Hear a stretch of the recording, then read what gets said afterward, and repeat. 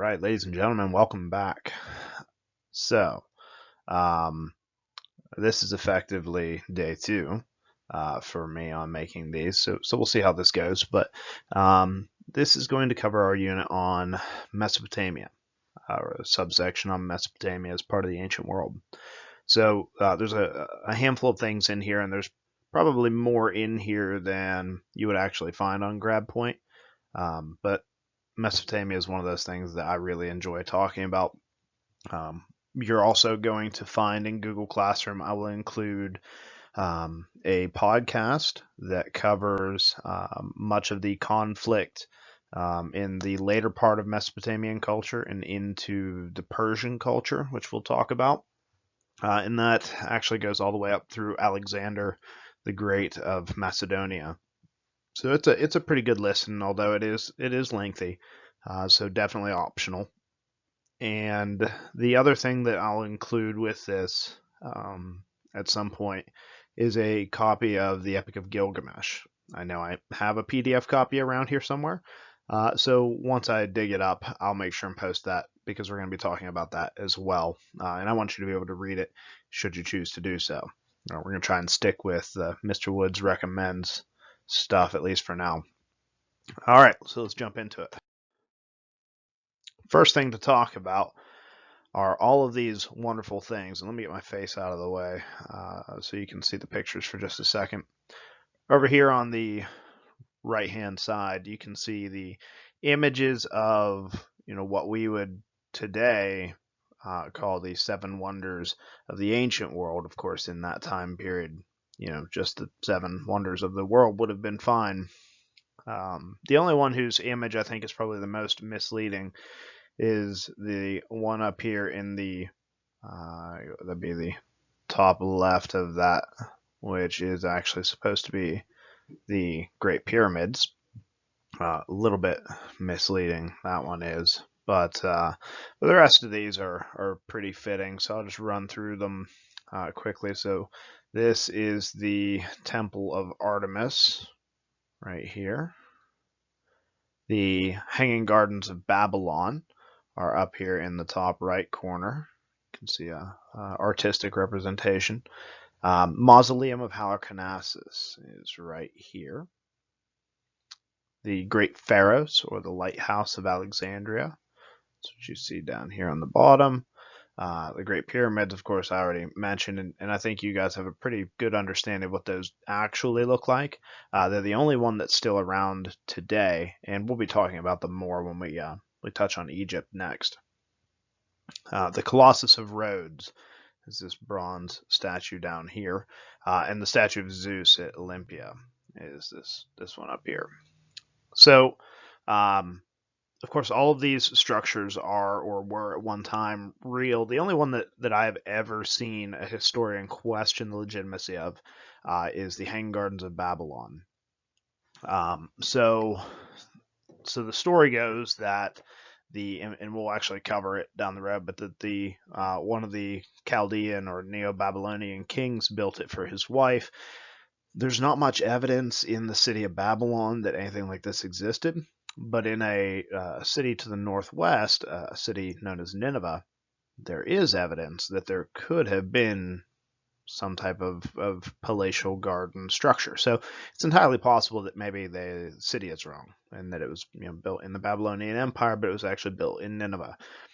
Regardless, the rest of these we know for a fact. We have several first-hand accounts of them being in existence, even though they don't necessarily describe what they look like. For example, we have seen the pyramids of Egypt, right? Those are still there today. They're undisputed.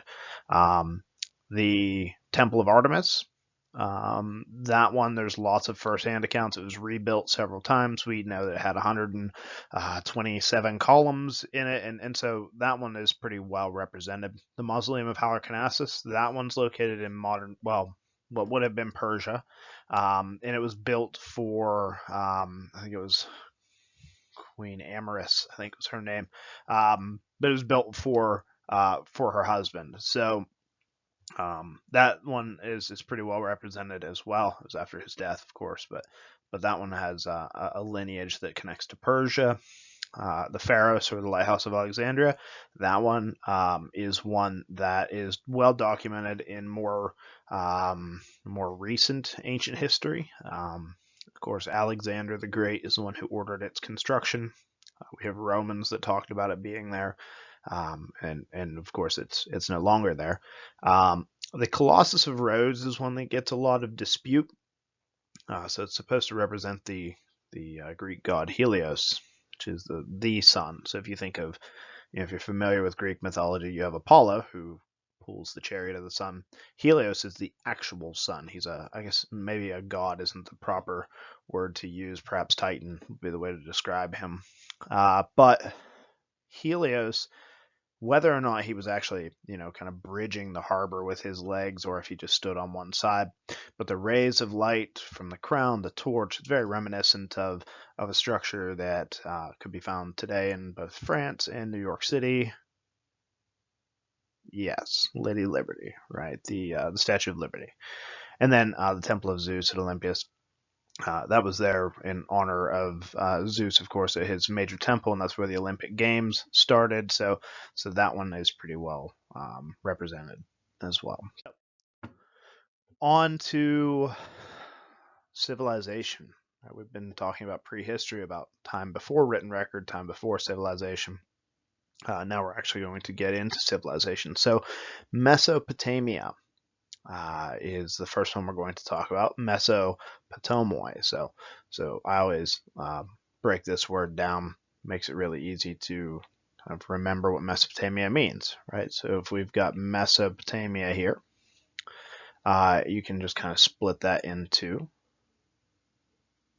So Meso means middle or between, and Potomoi is the Greek word for river. So Mesopotamia, between rivers. I always also like to comment here when I'm talking about Potomoi meaning river, that is in every case of the word. So if you were to look at a hippopotamus, hippo is the Greek word for horse. Potomoi, again, river. So the hippopotamus is actually described as the river horse. That's what the name means. I just thought that one was kind of fun because I can't picture people riding around on hippos, and they are also like the most dangerous animal in Africa. If you've ever played Assassin's Creed, was that Origin? I'm sure you can understand. So anyway, so the Sumerians are the first one we're going to talk about. And they're regarded most often as the first civilization to exist in Mesopotamia, and of course, then most likely the first in the world, or at least as far as we know. So the Sumerians are built on the concept of city-states. So these are small cities, like you can see up here in the map in the upper left corner. You've got cities like Nineveh here. You've got Ur and Uruk, Eridu, Nippur, Lagash. Right, these cities are all part of Sumer, and Sumer is the territory under the control here. So it's really small. Modern day standards, it's probably not much bigger than as far as our states go, probably not much bigger than say New Jersey, right? So it's a pretty small territory as far as that goes. So these individual city-states were actually operating independent of one another. So each city-state was like its own kingdom. It had its own king. It had its own dynasty. So a succession of kings that would rule, and they were friendly to one another, but they also fought with one another. So it was not united in any kind of managerial way. The Sumerians also had a complex system of trade, so they traded with both west and east of them. So as far as Saharan Egypt, as far east as the early Indian civilizations, and we know this because of things that we have found. So. For example, we have found ivory located in Mesopotamia, which is not something that's native to the region. Same with obsidian. We've actually found these stamps almost. They're like seals. Um, we found them in located in Mesopotamia, but we know they come from India because we found them in India as well, and they match more with the Indian language. So that's one of those ways that we know they were trading. What they were always trading, or what kind of interaction they had, we can't recreate, but we know that they had some type of interaction with one another. Next big thing that I want to touch on is religion for the Sumerians.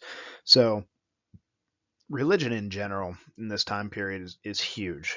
Like you can't discount how powerful that idea is, how powerful it is today, how powerful it was then. Religion is quite literally what drove the entire world. So the Tigris and Euphrates rivers themselves are very violent when they flood. They help bring nutrients to the soil, of course, allowing them to grow crops, but they would wipe out whole villages, whole towns. And so you actually tend to see the Mesopotamian gods mirror that behavior. There is a story of the deluge or the great flood in Mesopotamian myth where basically the gods and goddesses were upset because humans were making too much noise. I mean, that's the story, and so they actually sent this massive flood to just wipe out the earth, and then humanity kind of puts together the scraps after that and rebuilds. So, in understanding how violent and dangerous life could be for the ancient people, we better understand their thought process in developing their religious beliefs. The Sumerian gods were very powerful, and so Sumerian priests became very powerful. They were the only ones who could communicate with the gods and maybe keep them from destroying their entire civilization. So Sumerian priests are going to be right up there with kings in power.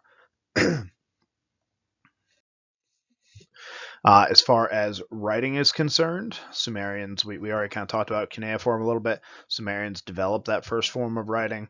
You can see the stylus, like I was talking about in the last video, here in this upper right picture. That triangular shaped piece of wood is what they would use to make those marks.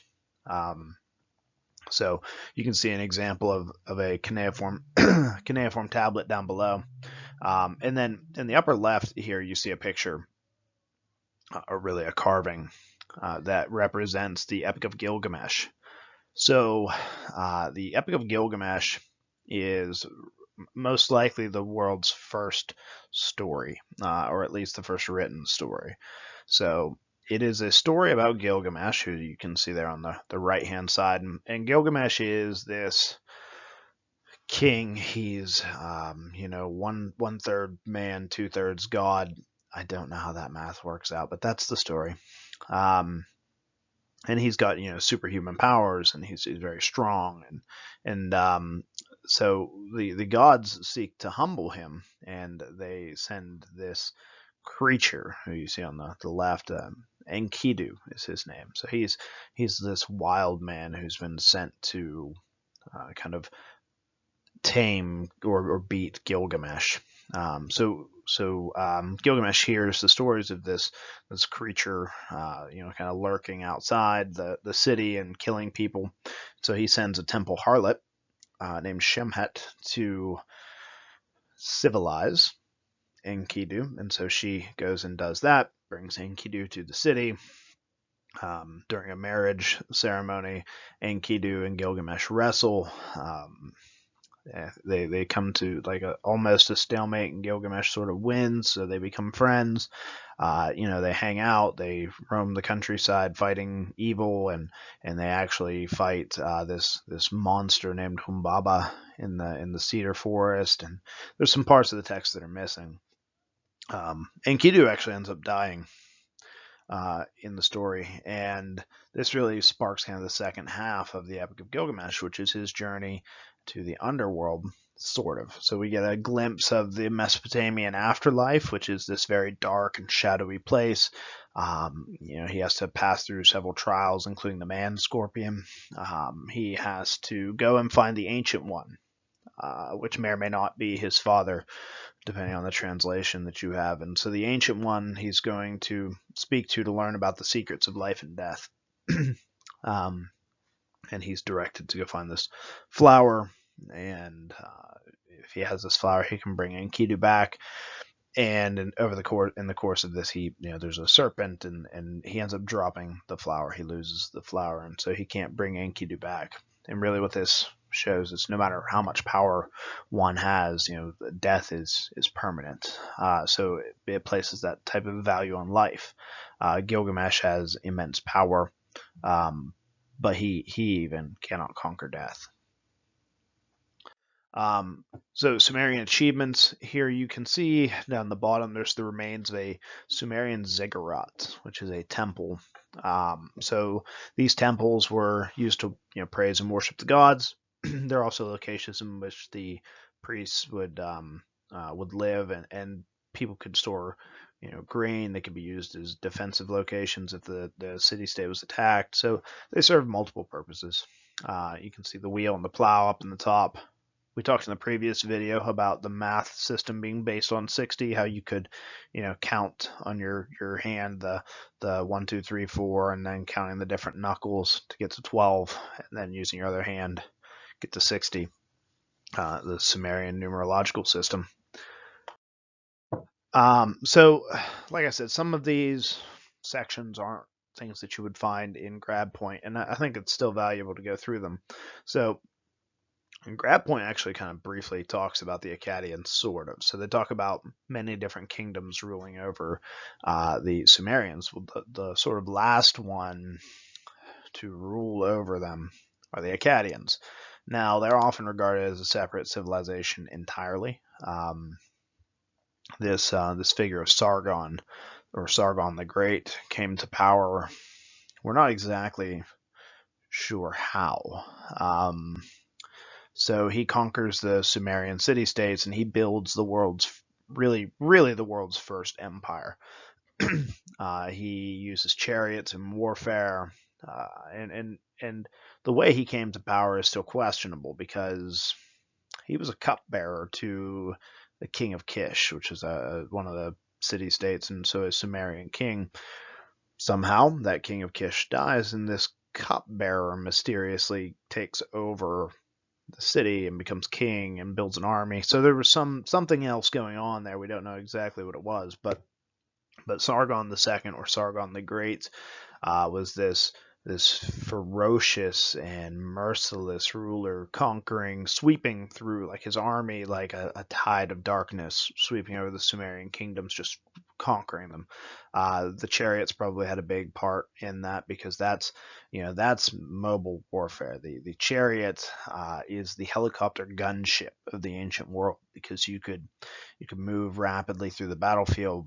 You can break infantry lines, and you're slinging arrows out of this thing as it's going and moving, and it's impossible to hit from the ground because you've got usually 2 or 3 people in a chariot. You typically have a guy with a lance, a driver, and a guy with a bow, and they're just mowing down the enemy. So if you have 100 chariots or 1,000 chariots on a battlefield, it makes life very, very difficult for you if you're the enemy facing that with just ground troops. So next up are the Babylonians. Now, the Babylonians are placed here, even though we'll be talking about a group similar to them later that we will call the Neo-Babylonians, or the Chaldeans. So the Babylonians are really kind of broken into 2 groups, and the first is the group that we just refer to as the Babylonians. In the top right, you can see the gates of Ishtar, which were gates to the city of Babylon, and they're very symbolic. They're beautiful, created out of lapis lazuli, and they're these very impressive gates. To the left side of the gates of Ishtar, there you can see the basalt pillar on which the Code of Hammurabi is inscribed. Hammurabi being the king that you can see both down at the bottom and at the top. You can see him. He's the one standing there on the left. He's receiving these laws from Ashur, one of the major gods, and that actually circles me back to talk about gods for just a moment. So the The Babylonians, especially with the gates of Ishtar being brought up, the Babylonians had several gods. In fact, a lot of the Mesopotamian people had the same gods. You had gods like Enlil, Inara, Marduk, um, Nergal, Ereshkigal. So these different Anu, I think, was the chief god. But anyway, these different gods had different roles in society. Uh, so I believe Ishtar was a fertility goddess, if I remember correctly. Um, but anyway, Hammurabi, you can see him down there at the bottom looking very pensive. Um, he's known for developing a law code. So a code of 282 laws, most of them dealing with civil or kind of financial matters. And his code becomes very famous because it's one of the first codification of laws, the first time laws are sort of brought together. Um, it's also because of how strict they were. And the other interesting element, of course, is that they applied disproportionately depending on which part of the social class you were a member of. So, for example, if you are an upper class person and you were to wound someone of a lower class, you're going to pay a fine. If you're a lower class person and you hurt someone of an upper class, you're going to have that same punishment brought back upon you. So the main thing that people most often know about the Code of Hammurabi is an eye for an eye. Well, that's true. If you're an upper class person and you put out the eye of a person that's your equal, you're going to have your eye put out. If you're a lower class person and you put out the eye of someone who's your equal or greater in status, you're going to have your eye put out. If you're an upper class person and you put out the eye of someone from a lower class, yeah, you're going to have a fine, maybe some community service. But that's, I mean, that's really it. You're not going to have your eye put out for some peasant that you hurt. And that's if anything happens at all. But the point is that it was some sort of punishment based law system that was doing something. So some examples here. So if the son hits his father, yeah, he gets his hands cut off, right? If someone's caught breaking into your house, and it says here they'll be put to death. Not only will they be put to death, I believe they're buried at the entrance of the home that they tried to break into. So, like if somebody breaks into my house and they're caught, well, they're going to be killed and buried in front of my house as a kind of a warning to those who come after. Um, so I liked there's the one I don't have up here, but I always felt bad for it. Is if a building collapses and kills the owner's son, then the son of the person who built the building will be killed. Now, could you imagine? I mean, that's messy, right? Like if you hire somebody to build your house and it collapses and kills your son, well then their son gets to get killed. Should their son really be the one killed? I mean, it's equal justice in that way, but he didn't do anything wrong. Anyway, the other one I have here, if a fire has broken out in a man's house and somebody comes to put it out and wants the property of the householder and tries to take any of it in putting the fire out, so like, oh, I'll put out your fire if you give me 10 acres of your land. Well, then that person gets to be cast into the fire. So, retributive justice there. Or based on retaliation, right? Another group here that we don't focus on too much at this point, at least, are the Hittites. So they're an Indo-European group, so they don't quite fit into the schema of the Mesopotamians the way everybody else does. In fact, you'll see them probably fit a little bit closer to the Minoans and Mycenaeans that come later. But they developed a city-state form of government with ruled by kings. They adopt much of the Mesopotamian culture. They're weapons makers, and they're probably the first people to actually smelt iron. So when they start doing that, somewhere in the 11th century BC, That's when we enter the Iron Age. But this smelting process is superheating the ore, the red rusty rocks that superheat into a liquid metal until you can, or a softer metal till it's coagulated enough that you can work it into form. But the Hittites aren't going to be around forever. Eventually, a group known as the Assyrians are going to take them out as well.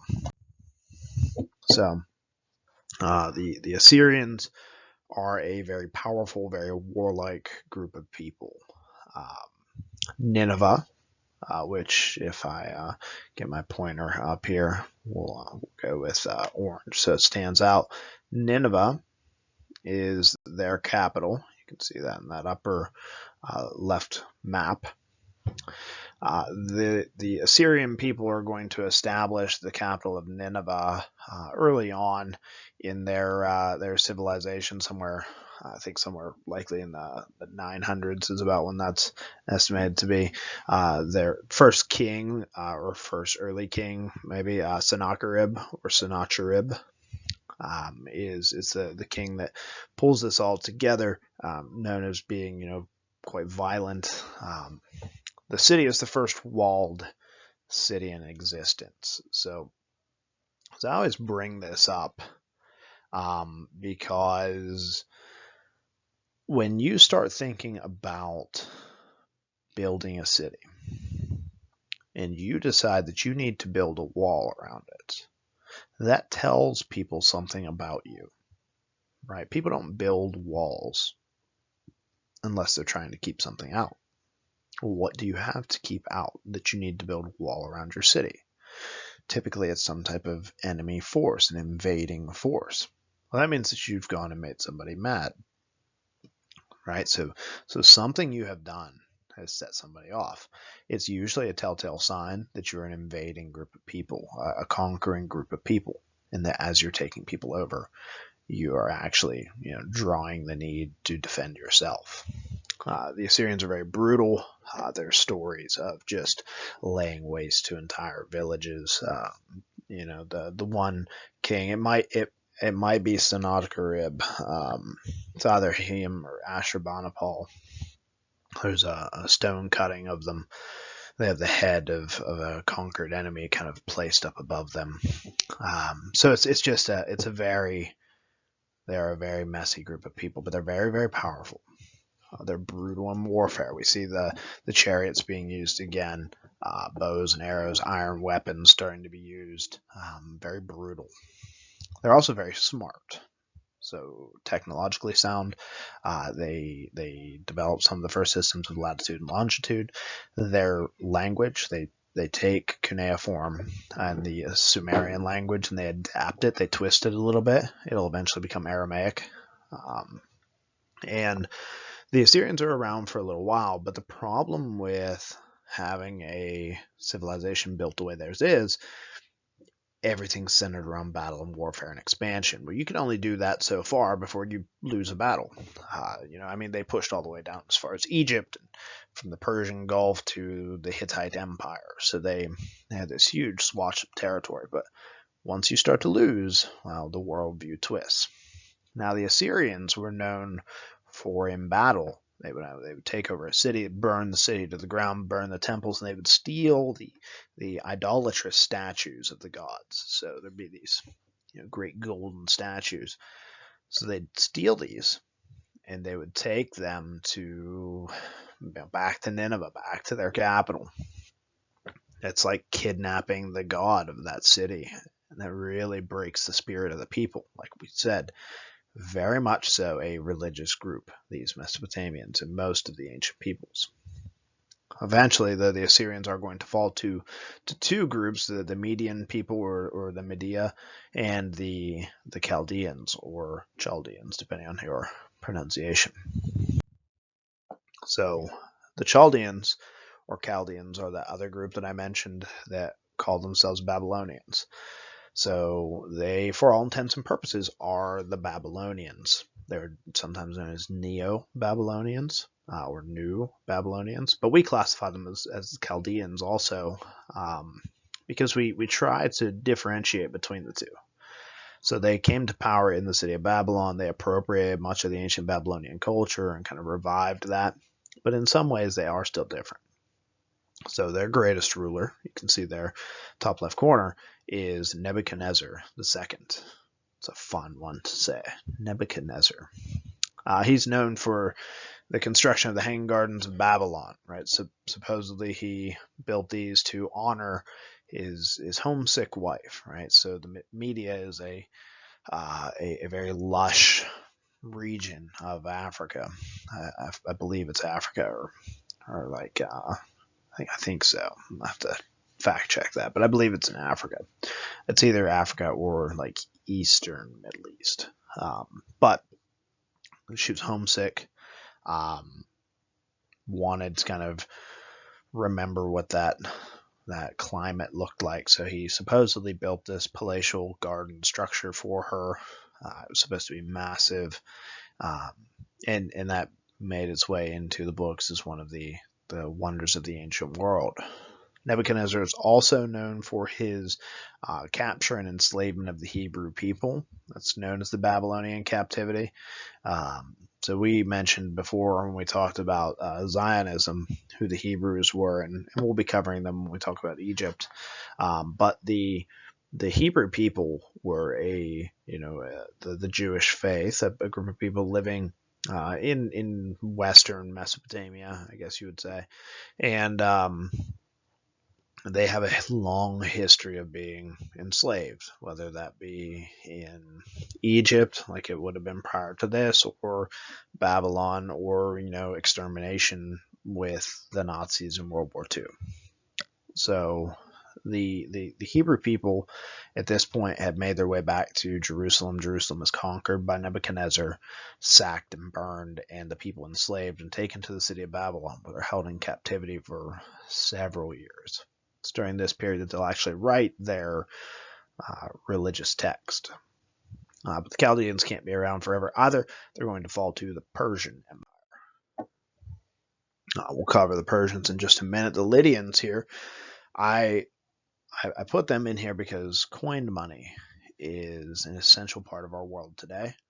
Back then, when you had barter economy, that's wonderful. But just at some point, you're going to make something that somebody else doesn't necessarily want, but yet you still need the things they make. So that's where this money economy, a coined money economy, comes in and replaces a barter economy. So it allows to the establishment of a global economy, right? Trading with other people. And we still use coin money today, or print money, or actual currency today. So, for example, if I make shoes for a living, I know many of you would be very interested in Mr. Wood's brand shoes, but others may not be, right? Now, let's say I make shoes for a living, and you make cars for a living. Now, obviously, my shoe is not going to equal your car in time or effort. Plus, you may not even need shoes, and you're definitely not going to need the 2,000 pairs of shoes that I would have to give you to get one car. So instead, I give my shoes to people who want them, and in return, I accept money. And then I can then use that money to buy the car from you, and you can use that money to then buy whatever you want, maybe shoes. So that's how a money economy works. And that comes in to replace the barter economy. As societies get bigger, needs become more broad, something like this becomes more useful. All right, the Persian Empire. We could talk about this forever. But we start off with the Achaemenid dynasty under the control of Cyrus. I believe he's Cyrus the second. Actually, it might be Cyrus the first. But Cyrus the Great, nevertheless, is what we know him as. You can actually see this is his mausoleum, his burial chamber down here at the bottom. Cyrus is a incredibly influential figure in ancient history and even today. So he unites the people of Mesopotamia in the 550s. And in the video I'm going to share with you, or the podcast I'm going to share with you, we'll actually talk about a lot of this material as well. But Cyrus was this remarkable figure. He had well-trained soldiers who had a lot of respect for him. They were well equipped, and he slowly starts expanding out of Persia, conquering kingdom after kingdom. And then he does something unique in this time period, right? He takes the good things that civilizations are doing and applies it to his empire and just leaves the bad. He doesn't feel the need to disregard it all because some things that people are doing are good, right? He's going to adopt a road system. He's going to adopt the money system, some of the government organizations. A lot of that stuff, and even including the military, are going to be adopted from civilizations that he conquers. So he borrows what works and leaves behind what doesn't. And that makes him unique. So coined money is an example of that. The Hebrews have a lot of good press about Cyrus the Great in the Old Testament, or the Torah, because when he conquers the Chaldeans and he takes over their civilization and takes over the city of Babylon, he does not continue to enslave the Hebrews. He allows them to go home, returns them to their promised land. So they have a lot of good things to say about him. And in fact, he had a lot of good things to say about him. He had a very good press corps that followed him around. He's the king of kings, the king of the four corners of the world, king of the universe. So he's got a lot of good things to say about himself too. But part of that is what it takes, right? You start to build this mystique around you. So Cyrus is this, he's a one of a kind figure. The other thing to say about him is succession becomes messy with his death, and there's debate on how he died. Supposedly, he continued to expand eastward until he encountered Timurus, who was a Scythian queen. There was a battle over a river because she would not submit to his rule, and Cyrus never returns from his campaign to the east. So somewhere in there it got pretty messy. Now, Cyrus actually had a son who took over briefly, named Cambyses, but Cambyses was not the type of ruler that was needed, and at some point he or maybe his illegitimate brother got stuff into a mess, and Darius takes over. Now he was part of the royal court, but he wasn't the king's relative. But somehow he comes to power, probably through assassinating Cambyses. And Darius is going to become the ruler of Persia. Now Darius is a ruler who's good at ruling. He's not the best conqueror in the world. He's not a warrior king like Cyrus might have been, but he's a good administrator.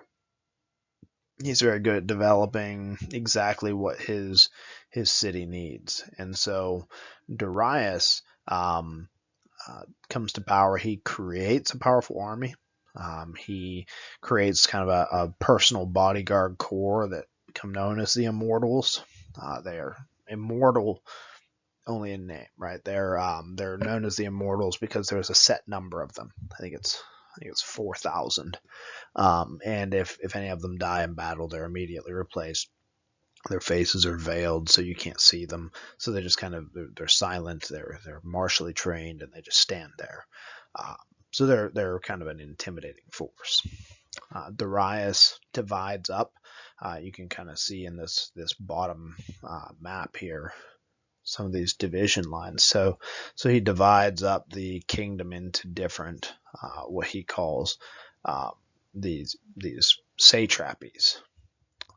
So these different satrapies, like Lydia, or here you can see Cappadocia, Armenia, and some of these still exist today, right? Like Armenia is still, there's a group of people, right? There's Bactria out here. So some of these places, including Persia and the capital of Persepolis, still exist today. No, I guess I say including Persia. Persia used to exist. It's used to be what Iran was called, but anyway, a different story. So each satrapy had a governor known as a satrap, and their job was basically to rule the province that they are given and report back to the king with any issues or any needs. That's called a bureaucracy. When you divide rule, so you establish rule in layers. It's an imperial bureaucracy because King Darius and the area that he controls is an empire. So he is an emperor making it an imperial bureaucracy, so that where you rule on behalf of someone else. Think of our government as a bureaucracy, right? We have our president, and each state of this huge country is ruled by a governor, right? A satrap, you could say. So they rule their state and they report back to the president with needs. We can see this now, right? Like this pandemic is a perfect example of being able to see this in motion. Take the governor of New York, right? He has had needs, right? So he's needed ventilators, he's needed masks, more personnel, all these type of things. So he's reaching out to the president for assistance, right? That is a satrap reaching out to the emperor in order to get assistance. Darius also constructed the royal road, which it's on this. Oh yeah, I guess it is on this map, sort of. So you can see here, Sardis is the one point of it, and the road would have run all the way down to the city of Susa, right here. So about 1,100 miles or so, quite long, and it was perfect for communicating across the empire. Now, of course, it doesn't extend out here to the furthest bits of the empire, but you can't have everything. Plus, there probably was not time to do that. I'm sure had the civilization continued to exist in large part, you would have seen that happen. But a guy by the name of Alexander comes along, messes all that up for them. So Darius is going to, extend the empire. He's even going to start to head westward. Greece stands in his way, and everybody has heard of this story, right? The last stand of the 300 Greco-Persian War. So we will talk about this. We're going to talk about it in a lot of depth today, but we'll talk about it with our episode on Greece down the road, or episodes on Greece. So Darius, tries to invade Greece at Athens, right? The Athenians helped burn the city of Sardis, which was a Greek colony, or Lydia, which was a Greek colony. And so they burned Sardis to the ground in kind of protest to what was going on with the Persians, and this spins everything up. And eventually, Darius wants payback, so he tries to invade at Athens, or nearby Athens on the beaches of Marathon. His army is repelled, and so he plans this massive invasion, but dies before he can do it. And then, so his son, a guy by the name of Xerxes, is going to take over and pretty much devote his life to this invasion. The invasion finds a little bit of headway as it comes into Greece. The whole last stand of the 300, more like the last stand of like the 7,000, but they're not all Spartans. But this last stand, you're going to see the Persians defeat that. But as they push into Greece, they're going to be unsuccessful in combating the Greek armies, just because of technological differences mainly.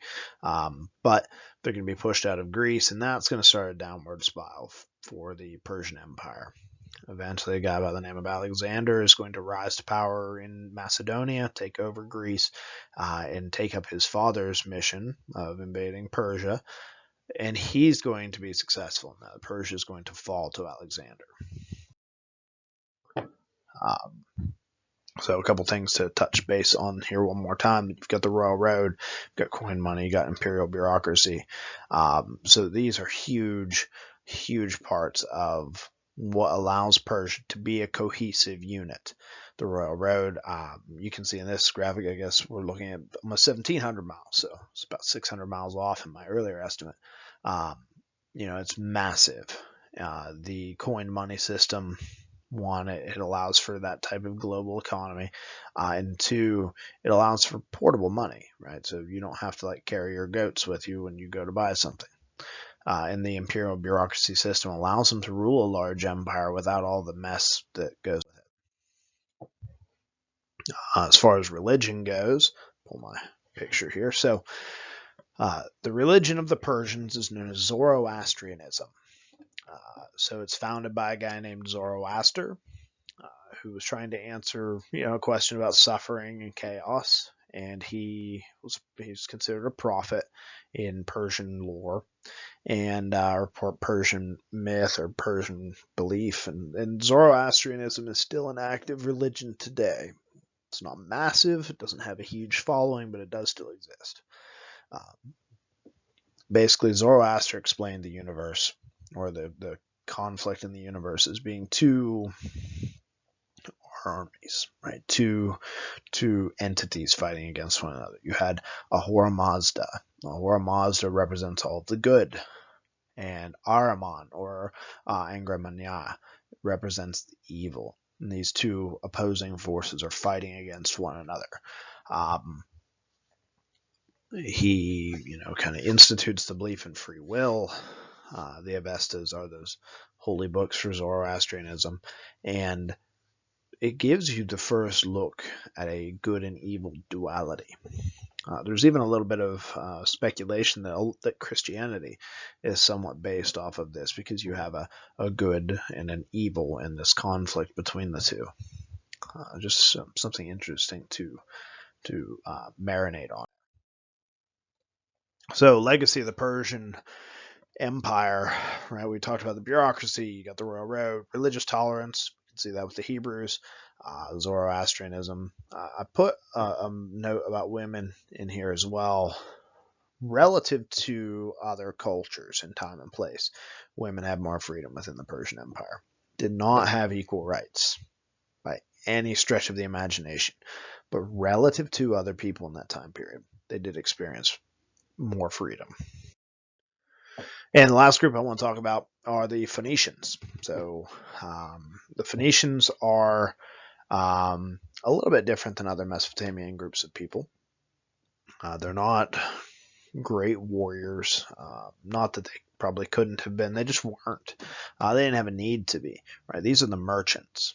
So they built ships and they colonized all along the Mediterranean Sea. You can see the different trade routes, but you have these huge colonies. You've got the city of Byblos, Sidon, Tyre, Cyrene, Carthage will be a big one, Tangier.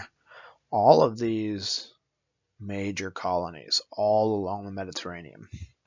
So this allows them to have very effective trade. They colonize all around this region. They set up almost like trading hubs throughout.